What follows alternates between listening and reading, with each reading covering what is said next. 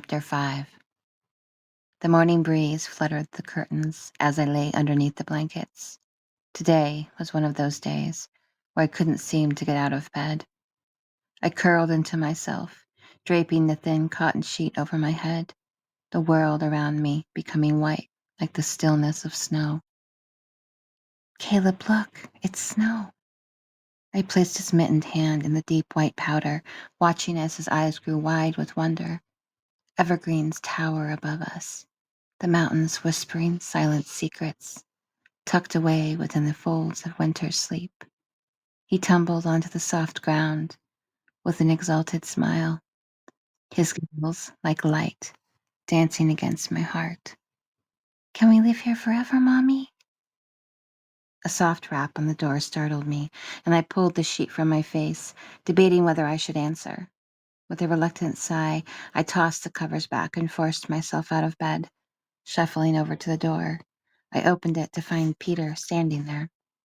Morning, Laura. He sounded chipper, and there was a glint of enthusiasm in his eyes.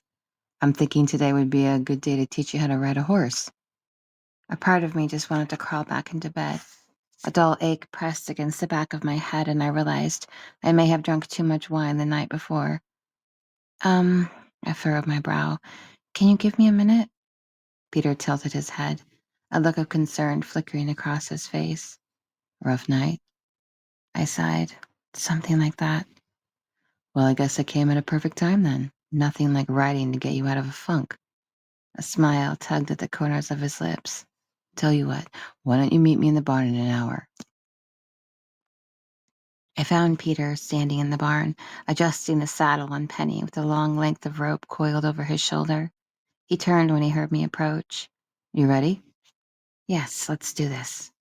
With a chuckle, Peter led the horses out onto the pasture. Morning sunlight spilled across the field, illuminating the dew on the grass as Dusty loped ahead of us. Peter gestured for me to come closer. You'll be riding Penny today. She's great with beginners. I placed my hand on her side, running my fingers over her coat. She let out a soft nicker and turned her head to gently nudge my arm.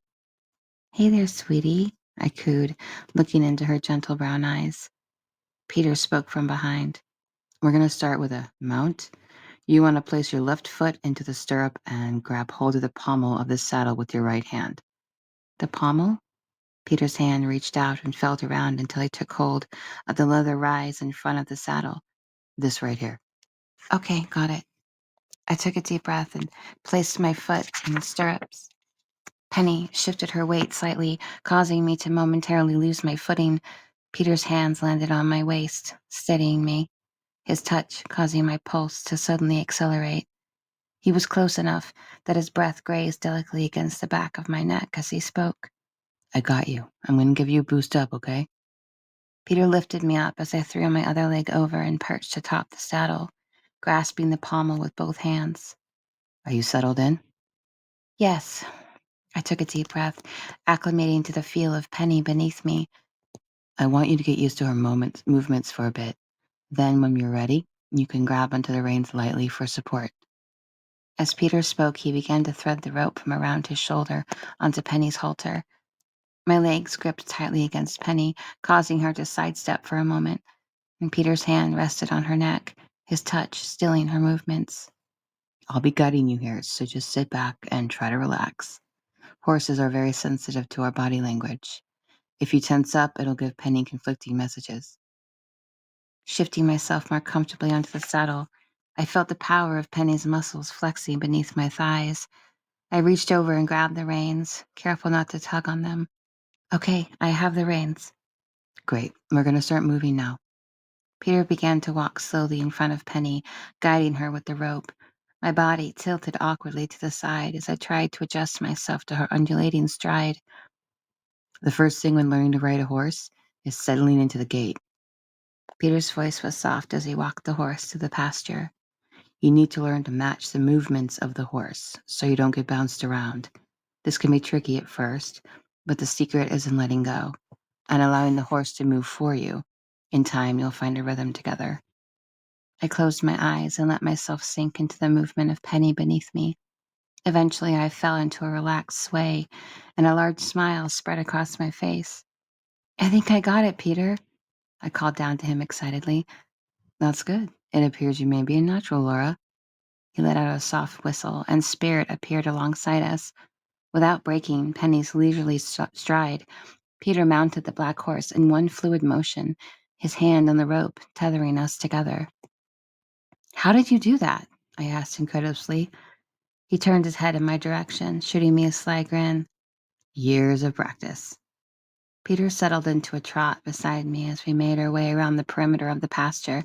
The wind lifted my hair and blew it against my back as a calmness swept over me. The only sounds were the crunch of the horse's hooves upon the grass, the twitter of birds in the distance, and the soft rush of Penny's breath. My mind grew light, and the nagging emptiness clawing inside stilled for a moment. I can see how this is therapeutic, I said, breaking the comfortable quiet that settled over us. Peter turned his head in my direction. Yes, there is nothing more peaceful for me than being on a horse. They remind me to find my center. The look on his face was one of openness, as if he were unlatching a door and letting me in for a moment. This growing closeness between us was comforting. The sun had risen higher in the sky and beat down upon me as we approached the barn. Peter dismounted and stood below, extending his hand with a playful smile. Do you feel like going on a real ride? What do you mean? Would you like me to show you? Okay. I navigated myself off Penny, feeling the warmth of Peter's hands on me as he helped me down. He clicked his tongue, and Spirit sauntered closer to us, standing patiently while Peter threw his leg over and hoisted himself up. I'm going to help you onto Spirit, all right? Just use my foot as leverage and grab my hand. I hesitated for a moment, unsure if I would be able to stay upright without a saddle to anchor me. Seeming to sense my unease, he tilted his head downward. Don't worry, I won't let you fall, I promise. Even though he couldn't see, his calm confidence made me feel surprisingly safe. Placing my foot atop his, I grabbed his hand and lifted myself onto Spirit. I settled in behind him as Peter took the reins. You'll have to hold on to me tight.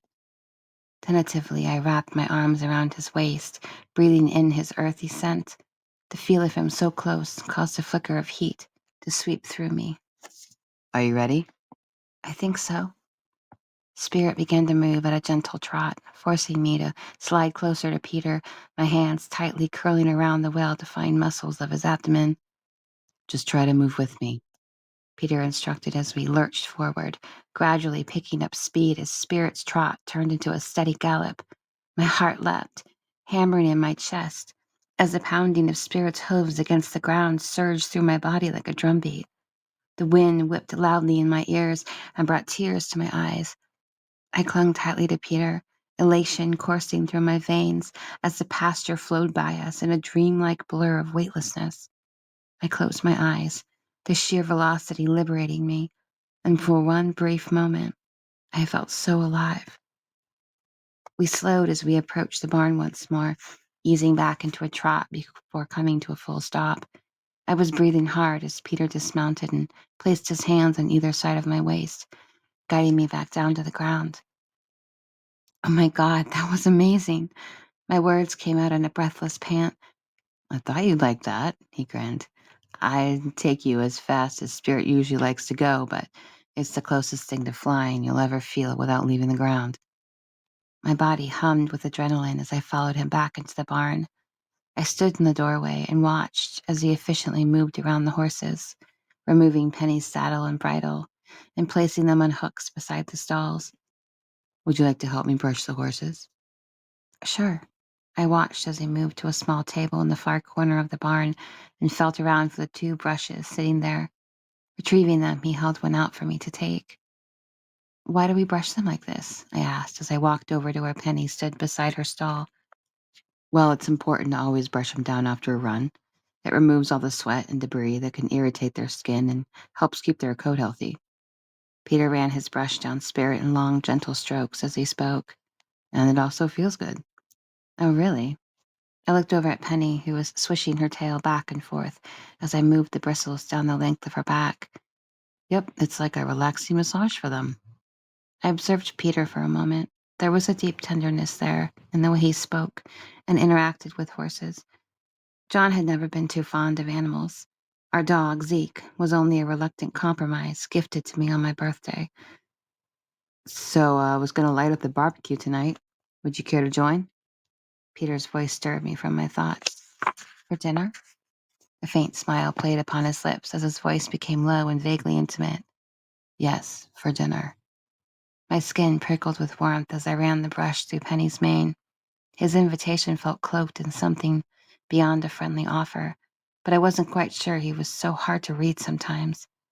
Yes, I'd love to join you for dinner. Peter turned in my direction, his gaze hovering above my head. Okay, how does around 6 sound? Well, that works for me. Placing his brush back down on the table, he let out a short whistle, and Dusty materialized from one of the stalls, shaking out straw from his fur. Great, I'll see you then. With a nod, he slipped past me and made his way out of the barn, the sunlight hitting his back and his soft silhouette, as Dusty followed dutifully beside him.